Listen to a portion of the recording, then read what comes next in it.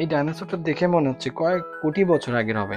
কারণ মাটিগুলো দেখেন আপনি, এটা এই মাটিগুলো, এই কালার গুলো কিন্তু বাংলা মানে বর্তমান যুগের মাটি নয়। আসসালামু আলাইকুম।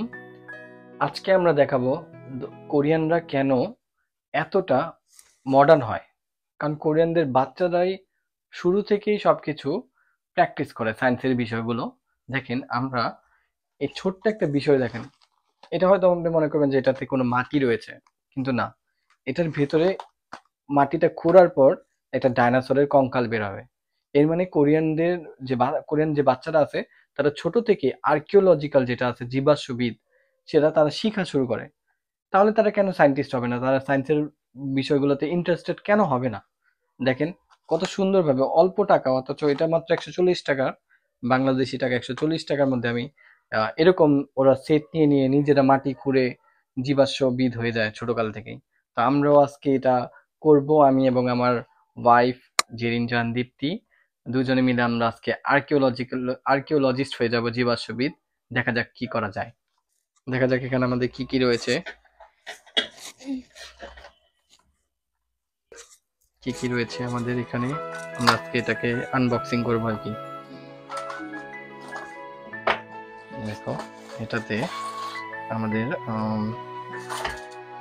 আমরা এখন বের করব, বের করে যেটা দিয়ে আপনারা খুঁটিয়ে খুঁটিয়ে আর কি বের করবে। কঙ্কাল রয়েছে ভেতরে, ডাইনোসরের কঙ্কাল। এই ডাইনোসরটা দেখে মনে হচ্ছে কয়েক কোটি বছর আগের হবে। কারণ মাটিগুলো দেখেন আপনি, এটা এই মাটিগুলো, এই কালার গুলো কিন্তু বাংলা মানে বর্তমান যুগের মাটি নয়, এটা অনেক আগের মাটি।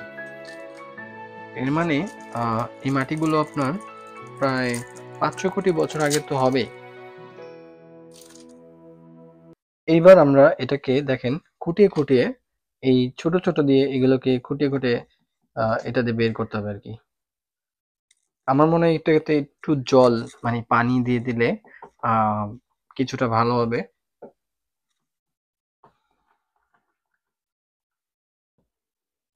দেখেন কিভাবে আমাদের জীবাশ্মবিদ জেরিন জাহান এটা থেকে কঙ্কাল মানে ডাইনোসর বের করবে। আমরা জানি না এটাতে কি ডাইনোসর রয়েছে।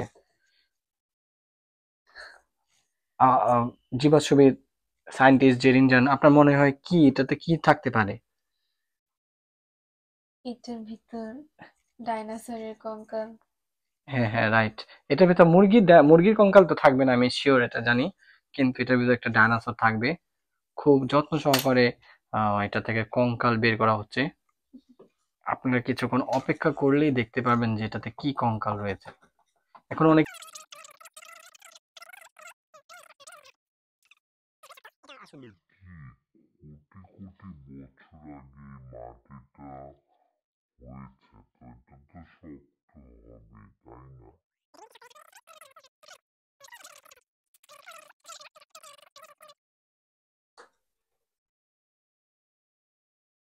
অসাধারণ ভাবে আমাদের ডাইনোসর বেরিয়ে গেছে। ওয়াও, দেখেন কত সুন্দর ডাইনোসর।